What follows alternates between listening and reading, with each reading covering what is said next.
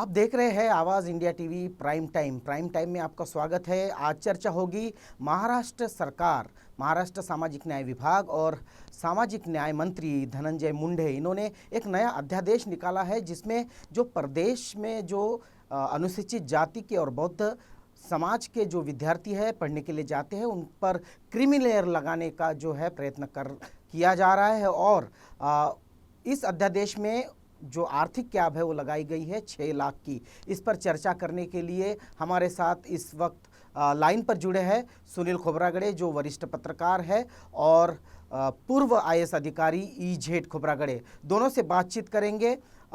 सबसे पहले सुनील जी, आप बताइए कि ये जो अध्यादेश लाया गया है छत्रपति शाहू महाराज प्रदेश शिष्यवृत्ति योजना के तहत एससी और बौद्ध विद्यार्थियों के लिए सरकार द्वारा 5 मई को अध्यादेश लाया गया है, उस पर आपका क्या मत है, क्या कहना है आपका? 5 मई 2020 के इस जीआर द्वारा सरकार ने कुछ सुधारणाएं की है, जिसमें प्रमुख सुधारणा ये है कि पहले ये योजना जो है 2003 से शुरू है। 2003 के बाद उसमें हर बार उसकी त्रुटियां दूर करने के लिए कुछ न कुछ नियम जो है और कंडीशंस जो है वो बदले गए हैं।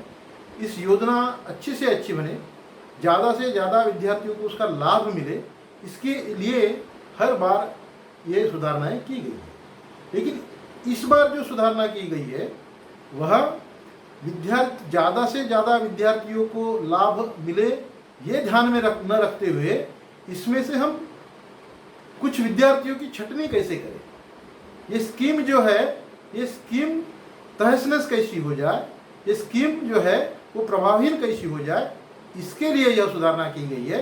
इसलिए यह 5 मई 2020 की जो सुधारणा है वह सुधारणा पूरी तरह गलत, इस स्कीम को एक प्रभावहीन बनाने की वाली, और इस स्कीम का जो फ़ायदा ज़्यादा से ज़्यादा लोगों को जो मिलता था उसको रोकने के लिए सुधारणा की गई है। इसलिए यह सुधारणा जो है सुधारणा तुरंत वापस लेनी चाहिए, ऐसा मेरा मानना है। क्योंकि ये सुधारणा जो है ये गवर्नमेंट ने किया हुआ जो सुधार है वह सुधार इस योजना के मूल उद्देश्यों को ध्वस्त कर देता है, मूल उद्देश्यों को समाप्त कर देता है। सुनील जी, आपका कहना है कि इस स्कीम के तहत, इस अध्यादेश के तहत जो मूल उद्देश्य है, जो विद्यार्थियों को प्रदेश शिक्षा में लाभ हो रहा था, वो उद्देश्य पूरी तरह से ख़त्म हो गया है। लेकिन सामाजिक न्याय मंत्री ऐसा नहीं मानते। वे कहते हैं कि इस निर्णय का जो है गलत अर्थ निकाला जा रहा है। आप कहते हैं कि अध्यादेश वापस हो, लेकिन धनंजय मुंडे कहते हैं कि किसी भी क्रीमी लेयर का उल्लेख इस अध्यादेश में नहीं है और इससे किसी को भी नुकसान नहीं होगा।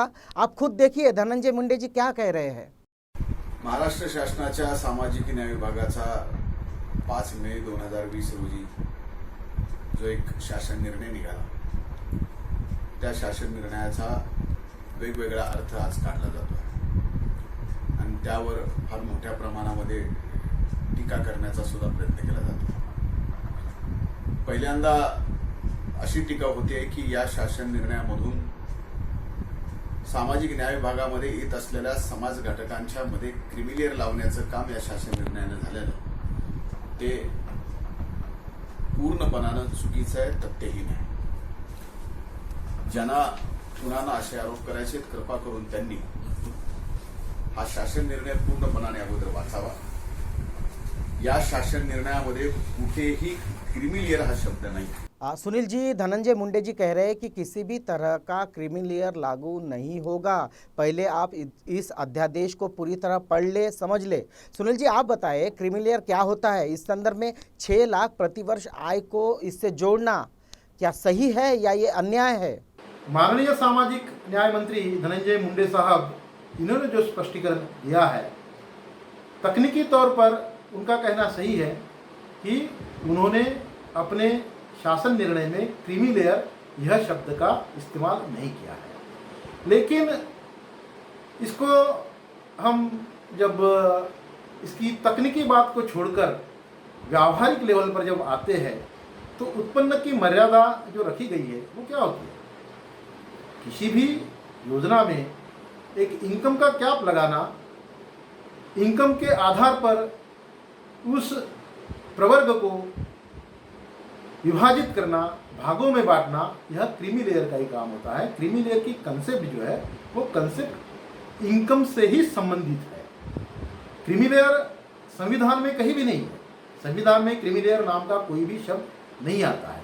तो ये क्रीमी लेयर आया कहाँ से? जब मंडल आयोग की सिफारिशें लागू की गई, मंडल आयोग की सिफारिशों के द्वारा अन्य मागास वर्गीयों को नौकरी तथा शैक्षणिक संस्थाओं में जो रिजर्वेशन दिया गया, वह रिजर्वेशन को अपोज करने के लिए, विरोध करने के लिए अगड़े जातियों के, जो खुले जातियों के लोग जो थे, वो उच्चतम न्यायालय में गए। उच्चतम न्यायालय ने इसके तहत जो सुप्रसिद्ध इंदिरा साहनी जजमेंट जो है, वो जजमेंट जो दिया है, उस जजमेंट में अन्य मागास जातियों को, ओबीसी को जो सहूलतें शिक्षण संस्थाओं में तथा नौकरियों में दी जाती है, वह शिक्षण संस्था किस आधार पर दिया जाए, इसका क्राइटेरिया लगाने के लिए इनकम का ये क्राइटेरिया जो है वो लगाया, जिसको क्रीमी लेयर कहा जाता है। यह क्रीमी लेयर जो है, यह पूरी तौर पर उच्चतम न्यायालय के जजमेंट के द्वारा, केस लॉ द्वारा लागू किया गया असंवैधानिक प्रावधान है, जो किसी भी तौर पर वाजिब नहीं है। पूरा ओबीसी समाज, पूरा ओबीसी प्रवर्ग पिछले करीब 25 सालों से इस क्रीमी लेयर को समाप्त किया जाए, क्रीमी लेयर को हटाकर पूरी सहूलतें जो है वो प्रवर्ग को ध्यान में रखकर इनकम का लिमिट न रखते हुए दिया जाए, ऐसी मांग कर रहा है। नचियप्पन कमेटी ने क्रीमी लेयर हटाया जाए ऐसी सिफारिश की गई है। फिर भी नचियप्पन कमेटी की सिफारिशें, ओबीसी जातियों का आंदोलन, इसको दरकिनार करते हुए संविधान में किसी भी तरह का प्रावधान न होने के बावजूद भी उच्चतम न्यायालय तथा सरकार क्रीमी लेयर की कंसेप्ट पर अड़ा हुआ है। अब यही कंसेप्ट क्रीमी लेयर की जब हम 6 लाख की आय जो अनुसूचित जाति तथा बौद्ध विद्यार्थियों के लिए रखी गई है, उसको जोड़कर देखते हैं, तो हमें ये ध्यान में आता है कि यह कंडीशन जो है 6 लाख प्रतिवर्ष इनकम की, वह भले ही उसमें क्रीमी लेयर ना शब्द कहा नहीं गया हो, फिर भी ये कंसेप्ट जो है वो कंसेप्ट इनकम के आधार पर ये वर्ग को 2 भागों में बांटना है, और ये 2 वर्ग को विभाजित कर इसमें एक उच्चतम वर्ग और उसका आय के आधार पर निम्नतम वर्ग, ऐसे अनुसूचित जाति और बौद्ध को 2 भागों में बांटा जा रहा है। इसलिए ये क्रीमी लेयर है।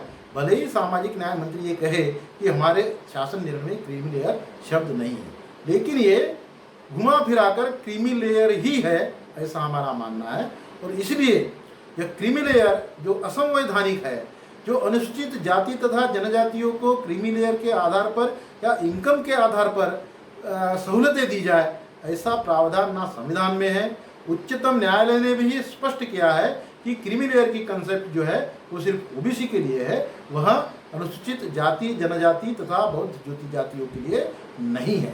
तो गवर्नमेंट ऑफ महाराष्ट्र ने जो 6 लाख की आय का कैप जो लगा दिया है, राजर्षि शाहू महाराज शिष्यवृत्ति की योजनाओं को अवेल करने के लिए, पात्र होने के लिए, वह पूरी तरह पर असंवैधानिक है। इसलिए हम इसका विरोध करते हैं। सही बात है। आप कहते हैं कि अध्यादेश घुमा फिराकर क्रीमी लेयर को ही बढ़ावा देता है। 6 लाख की जो कैप है वो असंवैधानिक है।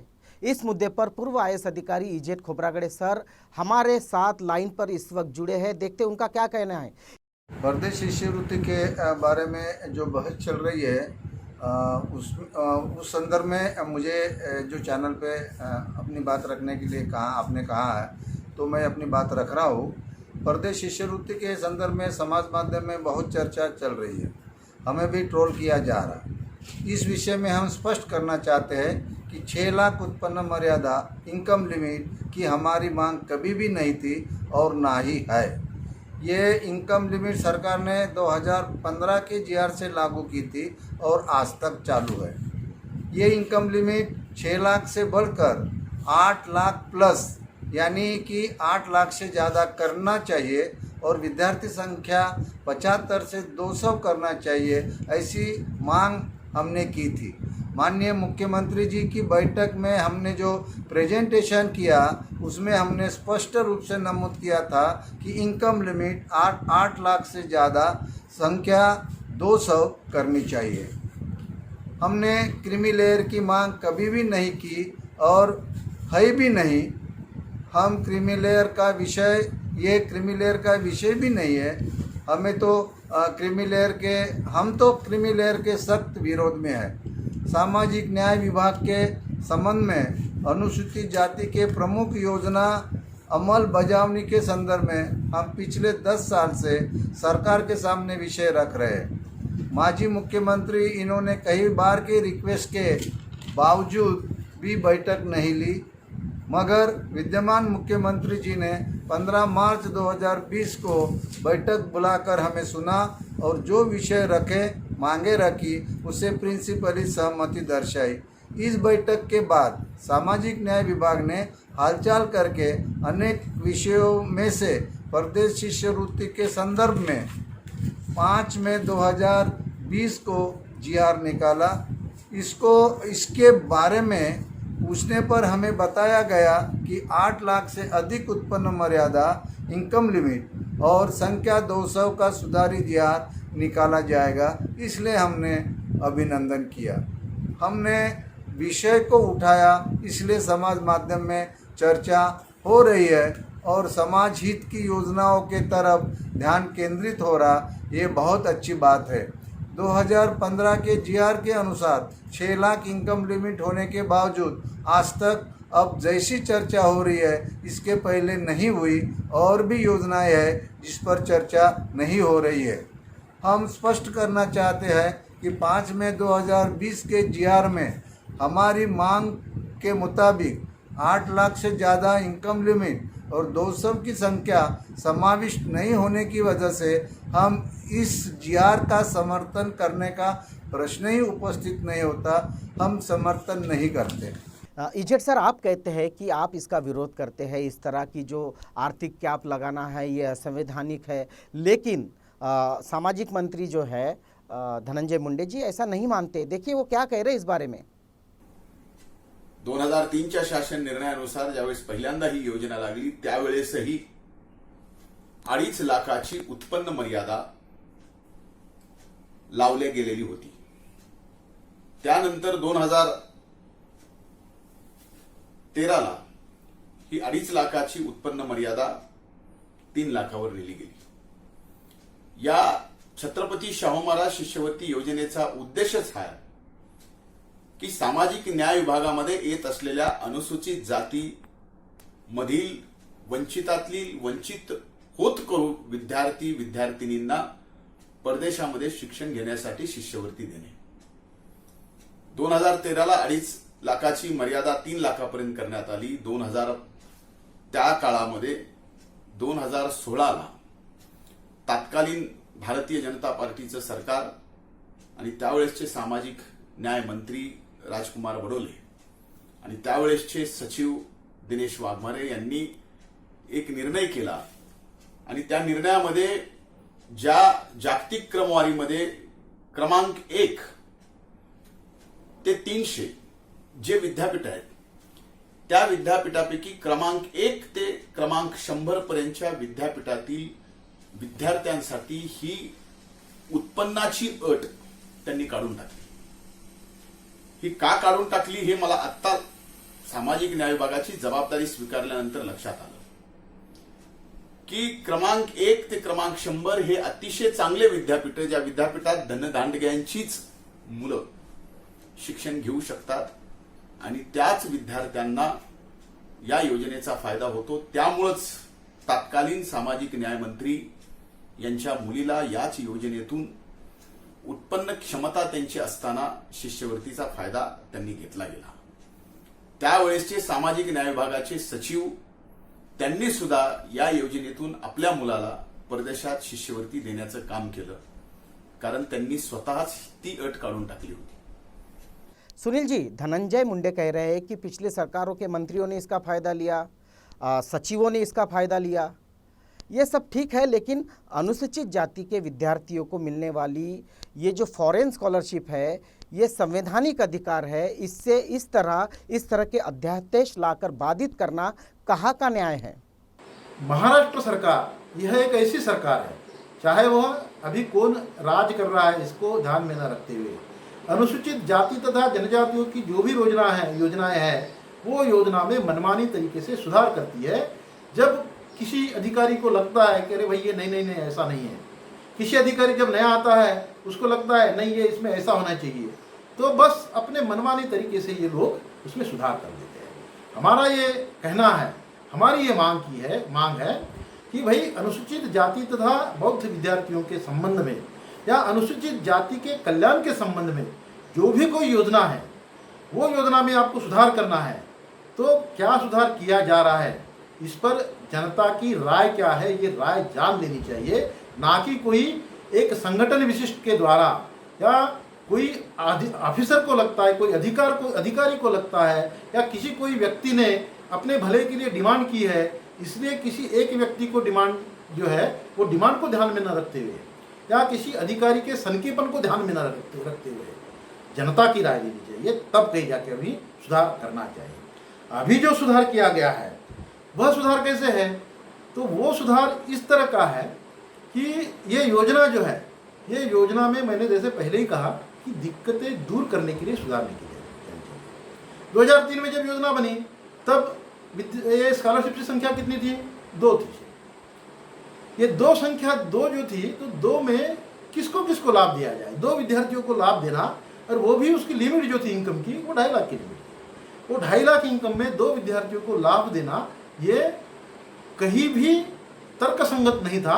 इसलिए कुछ संगठनों ने, जिसमें मंत्रालय कर्मचारी अधिकारी कर्मचारी कल्याण संगठन जो थी वो प्रमुख थी, कास्ट्राइब कर्मचारी संगठन जो है वो प्रमुख थी, रिपब्लिकन विद्यार्थी फेडरेशन, उसके बाद विद्यार्थी भारती संगठन, ऐसी बहुत सारी संगठनाएं जो थी, उन संगठनों ने डिमांड की कि ये स्कॉलरशिप की संख्या बढ़ाई जाए। और इस मांग को ध्यान में रखते हुए तत्कालीन सरकार ने 2003 के बाद हर साल यह स्कॉलरशिप की संख्या पहले 10 तक बढ़ाई। उसके बाद यह जो दूसरी 2003, 2004, 2005 ये तीनों साल 10-10 लोग जाते रहे। उसके बाद जो है, उसके बाद की जो सुधारना हुई, मेजर सुधारना जिसको कहा जाए, वो 2010 में 2010 में इसकी संख्या जो है वो संख्या बढ़ाकर 50 की गई।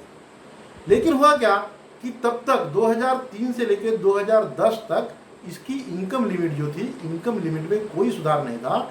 इसलिए ये योजना का लाभ लेने वाले लोग जो थे वो लोग इनकम के क्राइटेरिया में कट जाते थे और लोगों को लाभ मिलने में दिक्कत होती थी। और अच्छे विद्यापीठों में जिसका रैंकिंग जो है वो रैंकिंग 101 से लेकर 300 तक है, वह रैंकिंग में सबसे जो ऊपर वाले रैंकिंग जो थे, मीन्स 200 के ऊपर वाले, क्योंकि उसकी फीस कम रहती थी इसलिए वहाँ पे लोग ज़्यादा जाते थे। पहले टॉप मोस्ट जो 1 से लेकर 100 तक है उसमें लोग पहुँच ही नहीं पाते थे। तो ये मूल उद्देश्य जो है योजना का, वो मूल उद्देश्य जो है वो सफल नहीं हो पाता था। इसलिए फिर संगठनों ने डिमांड की, सरकार ने फिर उसमें सुधार लाया, और वह सुधार जो था वह सुधार 16 जून 2015 में किया गया। 16 जून 2015 में इसमें जो मेजर सुधार किया गया वह सुधार ये था कि इनकम की जो लिमिट जो थी, जो 2013 में बढ़ाकर 3.5 लाख कर दी गई थी, वो इनकम की लिमिट यदि कोई विद्यार्थी 1 से लेकर 100 तक के रैंकिंग के विद्यापीठ में या शिक्षण संस्था में प्रवेश लेता है तो उसके लिए इनकम की कोई लिमिट नहीं रहेगी। ऐसा क्यों किया गया?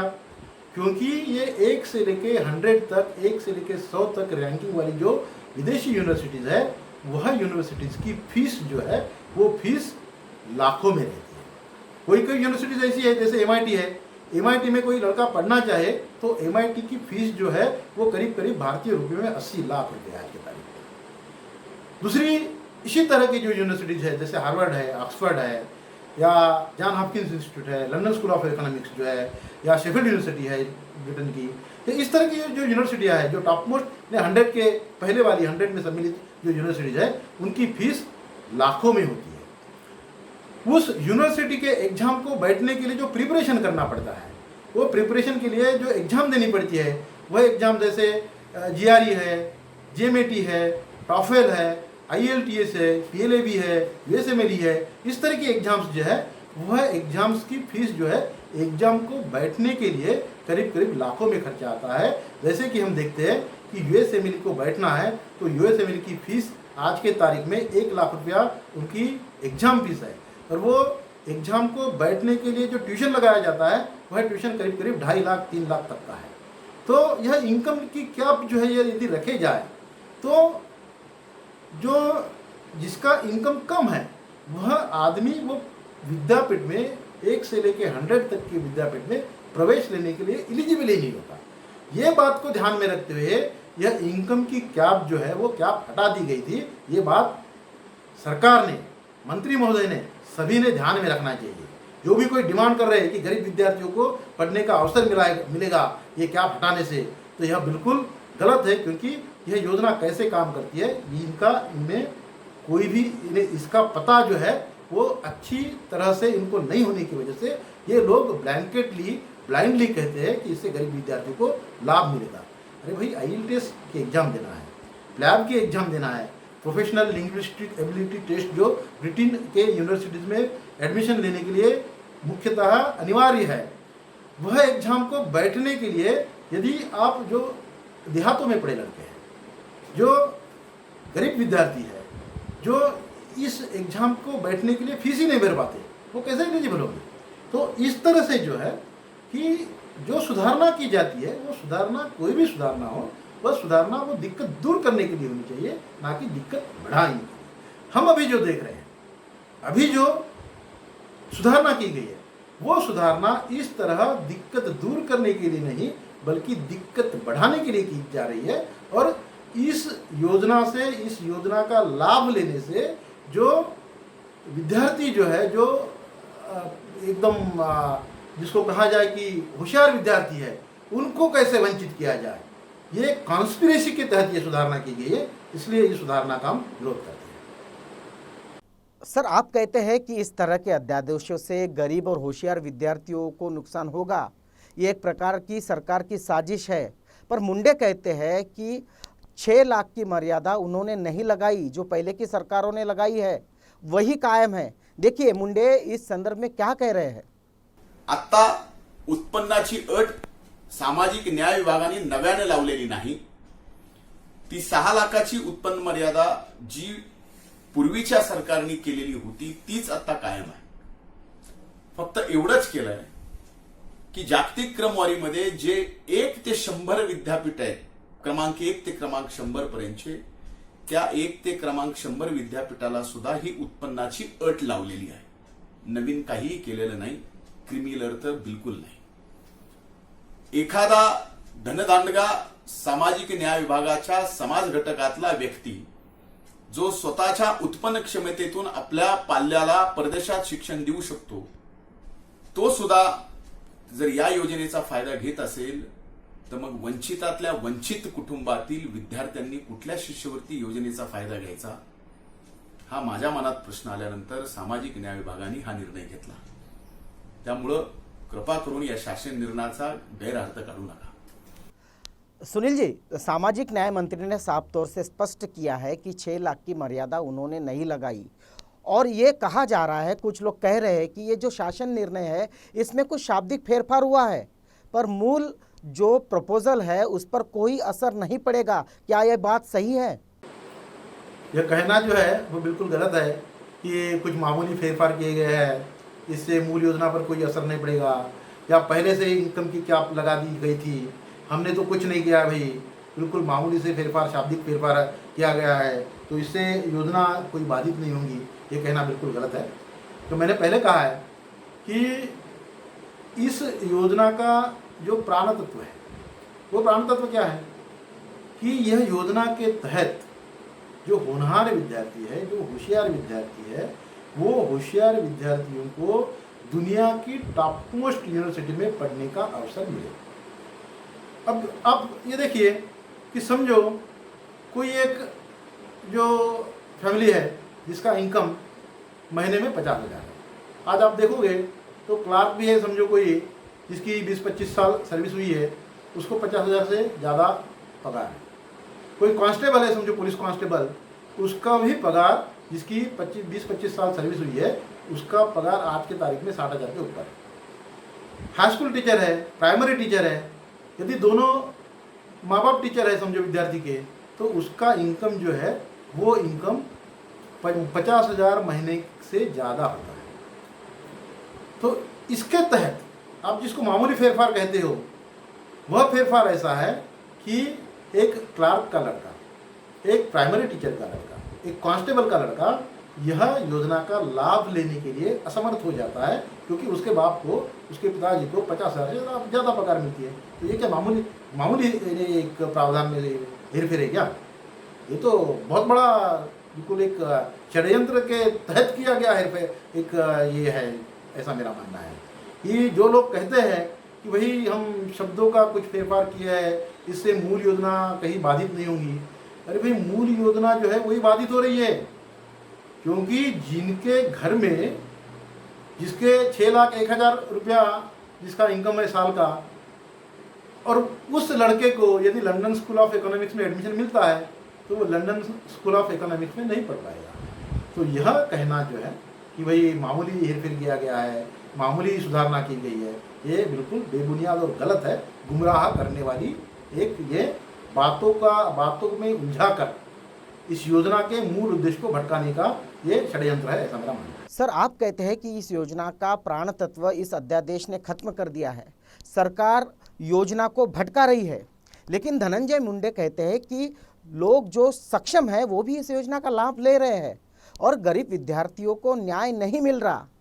देखिए मुंडे इस बारे में क्या कहते हैं। एक माहिती आणखीन मी देतो, आकडेवारी सहित देतो, यादी सहित देतो की 2019-20 ची ज्या 75 विद्यार्थ्यांना जागतिक परदेशामध्ये शिक्षण घेण्यासाठी जी शिष्यवृत्ती मिळाली त्याची यादी बघा, मी आपल्याला यादी सुद्धा देतो। त्यापैकी 68 विद्यार्थी हे धनदांडगे आहेत, म्हणजे उच्च उत्पन्न गटातील विद्यार्थी यांनी शिष्यवृत्ती ती घेतलेली 75 पैकी 68, आणि 19-20 मध्ये 75 पैकी 61 विद्यार्थी ज्यांचं उत्पन्न गट उच्च दर्जाचं आहे। मग जर या योजनेचा फायदा ज्यांच्या उत्पन्न क्षमता आहे परदेशात शिक्षण घ्यायची त्यांना जर मिळत असतील, तर मग सामाजिक न्याय विभागाने वंचितातल्या वंचित कुटुंबाला न्याय कसा द्यायचा, विद्यार्थ्याला न्याय कसा द्यायचा, म्हणून हा निर्णय केलेला आहे।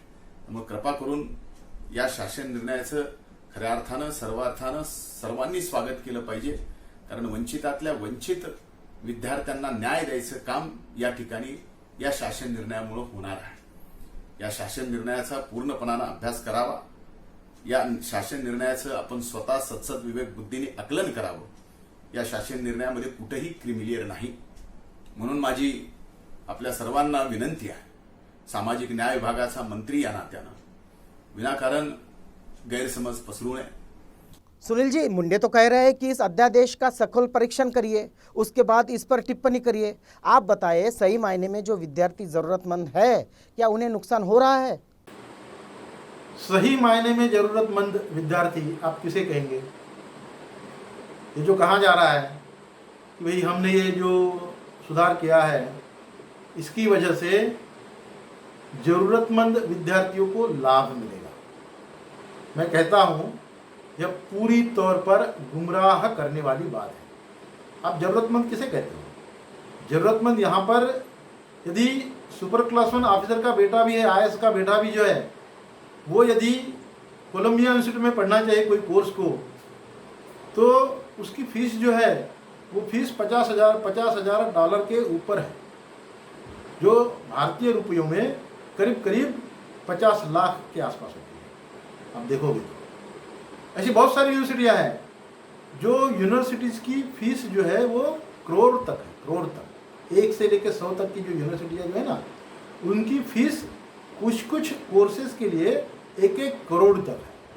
तो आप जिसकी इच्छा है कि भाई मैं MIT में पढ़ूँ, मैसेच्यूसेट्स यूनिवर्सिटी ऑफ टेक्नोलॉजी जो है, Massachusetts institute of technology MIT, या ऑक्सफोर्ड यूनिवर्सिटी है, हार्वर्ड यूनिवर्सिटी है, इसमें मैं पढ़ूँ, तो वो पढ़ने के लिए भाई 1 साल में 1 करोड़ रुपए की फीस में लाऊं कहाँ से? यदि गवर्नमेंट इसमें मुझे कुछ सहूलत देती है गवर्नमेंट यदि सपोर्ट करती तो ही मैं पढ़ सकता हूँ। इसलिए यहाँ पे IAS ऑफिसर का बेटा भी हो या वो एक गरीब मजदूरी करने वाले का बेटा भी हो, उसको जरूरतमंद ही कहा जाएगा कि भाई IAS का बेटा जरूरतमंद नहीं है और ये मजदूर का बेटा जो है वही जरूरतमंद है। ये क्राइटेरिया लगाना जो है वो गलत है। हर कोई यहाँ पे जरूरतमंद है। दूसरी बात क्या है कि इसमें जरूरतमंद को मौका मिलेगा, ये जो कहना है ना, ये कहना बिल्कुल बेबुनियाद है।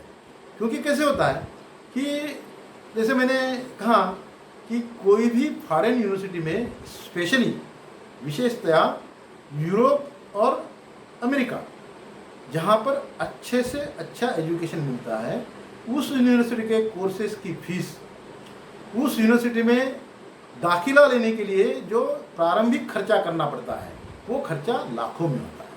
वो खर्चा जब विद्यार्थी करता है और एडमिशन सिक्योर करता है, एडमिशन सिक्योर करने के लिए उसको करीब करीब 2 लाख से लेकर 10 लाख तक का डिपॉजिट भरना पड़ता है, तब कहीं जाके उसका एडमिशन सिक्योर होता है। उसको वीसा मिलने के लिए करीब करीब अपने पेरेंट्स के अकाउंट में या खुद के अकाउंट में हर महीने में मेरे 5 लाख रुपया है, ये मेरी आर्थिक कैपेसिटी जो है वो साल में 50 लाख खर्चा करने की है, ये दिखाना पड़ता है, तब कहीं जाके उसको दाखिला मिलता है।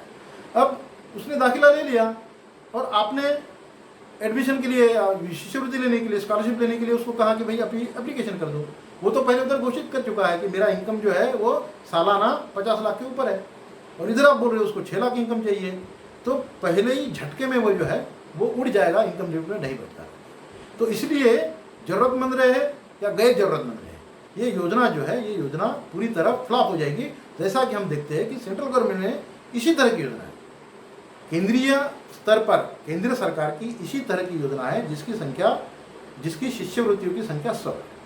उसमें 100 में से हर साल 50 लड़के भी उसमें जाते नहीं, क्योंकि उसकी जो कंडीशंस, उसके नियम और शर्तें इतनी कठोर है कि वो नियम और शर्तें लागू ही पूरी करना ये सामान्य विद्यार्थियों के बूते की बात नहीं है, इसलिए वो सीट्स खाली रह जाती है हर साल। और ये इस बार जो सुधारना महाराष्ट्र सरकार ने जो की है, इसका भी हश्र वही होने वाला है कि इसकी तहत अभी जो सुधारना की गई है, वो सुधारना के तहत इनमें जो आप 50 सीट से लेके आप 200 सीट भी बढ़ाओगे तो भी वो 200 सीट भरने के लिए लोग नहीं मिलेंगे तो भी कैसे?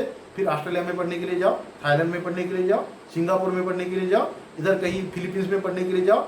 है तो फॉरेन में पढ़ रहा है, लेकिन जब यहाँ पे वो आता है तो बेकार रहता है, उसको ना कोई नौकरी मिलती है, ना कोई अच्छी कंपनी उसको अपने काम पर रखती है। तो इस तरह के फालतू कोर्सेज जो कोर्सेज को कोई ज़्यादा महत्व नहीं है, ऐसे कोर्सेज में दाखिला ज़्यादा से ज़्यादा ये गरीब विद्यार्थियों के लिए मिल सकता है, अच्छे यूनिवर्सिटीज़ में लिए नहीं मिल सकता है। इसलिए इस योजना का मूल उद्देश्य जो है वो समाप्त हो रहा है, ऐसा मेरा मानना है। सुनील जी, इस मुद्दे पर अब हम ईजेप सर की तरफ जाते हैं। सर, इस अध्यादेश में आर्थिक कैप लगाई है, क्या आप इस अध्यादेश का ये कैप लगाना, यूनिवर्सिटीज़ को नॉमिनेट करना या फिर संख्या कम करना या बढ़ाने, इसका समर्थन करते हैं? प्रदेश शिष्यवृत्ति के जीआर की प्रस्तावना पढ़ने से मालूम होता है कि अनुसूचित जाति के विद्यार्थी आर्थिक परिस्थिति के कारण उच्च शिक्षा हेतु प्रदेश के नामांकित यूनिवर्सिटी में प्रवेश नहीं ले पाते। गुणवत्ता मेरिट के बावजूद आर्थिक परिस्थिति कारण उन्हें मौका नहीं मिल पाता। इसलिए प्रदेश शिष्यवृत्ति की योजना 2.5 लाख इनकम लिमिट और 10 की संख्या के साथ 2003-04 में शुरू हुई। इस योजना का उद्देश्य ध्यान में रखते हुए फॉरेन यूनिवर्सिटीज़ 1 to 100 में आर्थिक स्थिति नहीं अच्छी रहने वाले स्टूडेंट को बड़ी संख्या में प्रवेश मिलना चाहिए, सिलेक्शन होना चाहिए और इसकी व्यवस्था सरकार ने करनी चाहिए, ये हमारी मांग है। अब चेंजिंग सर्कमस्टेंसेस में इस स्कीम में सुधार की आवश्यकता है। हमारी मांग 8 लाख से ज़्यादा की है और ये इसलिए है कि भारत सरकार के सामाजिक न्याय और अधिकारिता विभाग एससी के लिए प्रदेश शिष्यवृत्ति योजना चलाती है। उसमें इनकम लिमिट 8 लाख है और विद्यार्थी संख्या 100 है।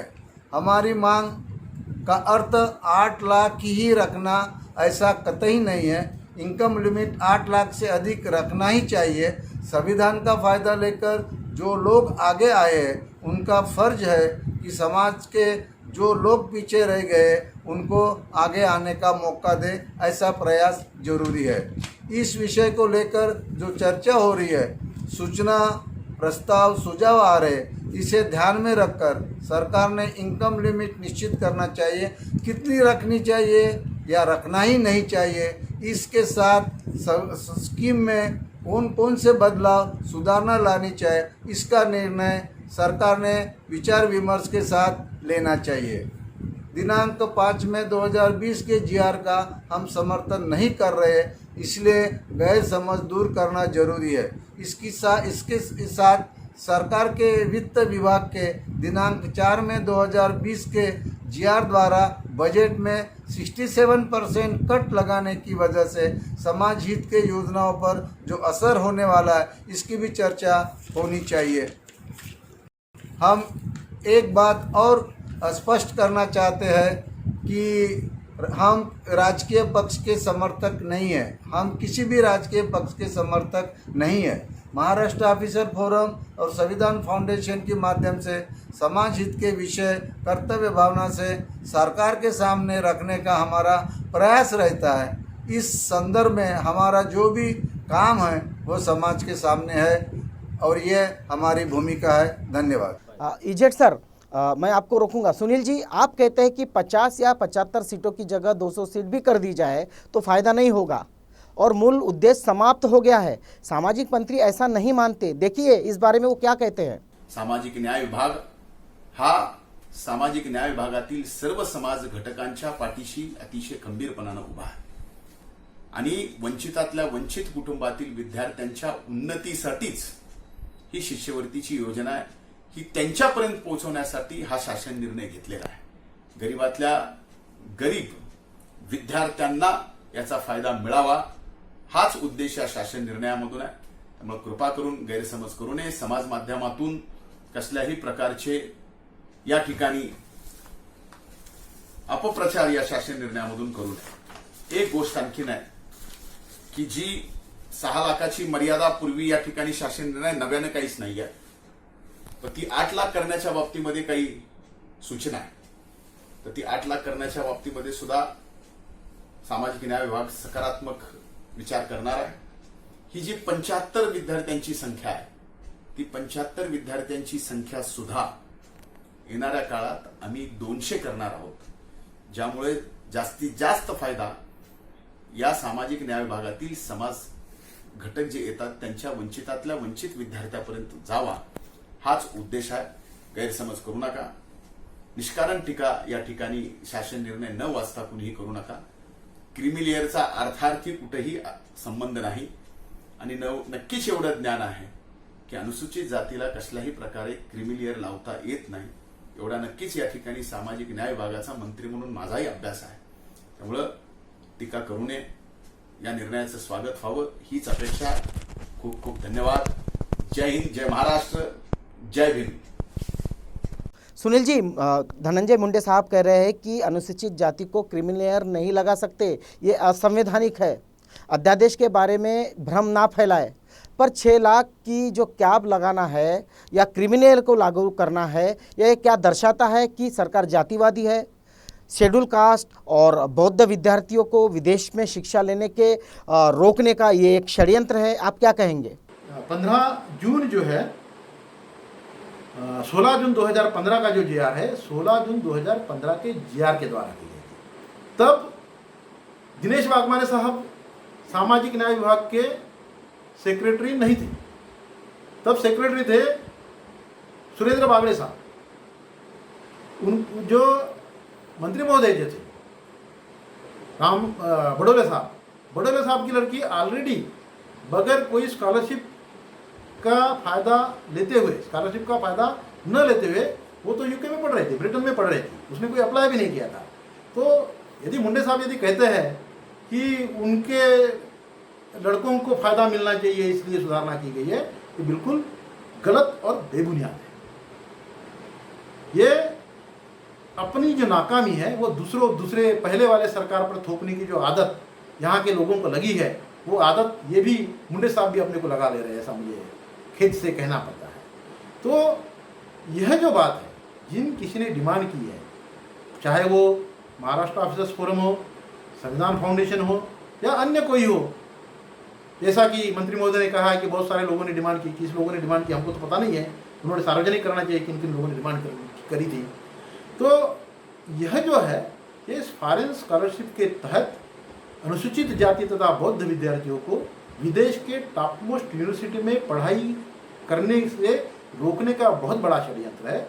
इसको मैं षड्यंत्र इसलिए कहता हूँ कि आप खुले वर्ग के लोगों को, जो जनरल वर्ग के लोगों को इसी तरह की जो योजना है, जिसकी शिष्यवृत्ति की संख्या 20 है, उन लोगों के लिए आप 20 लाख की इनकम लिमिट लगाए हो ने, जिसके माँ बाप का और उसका मिलाकर, पूरे फैमिली का मिलाकर 20 लाख इनकम है, 20 लाख इनकम वाला फॉरेन में पढ़ने के लिए एलिजिबल है।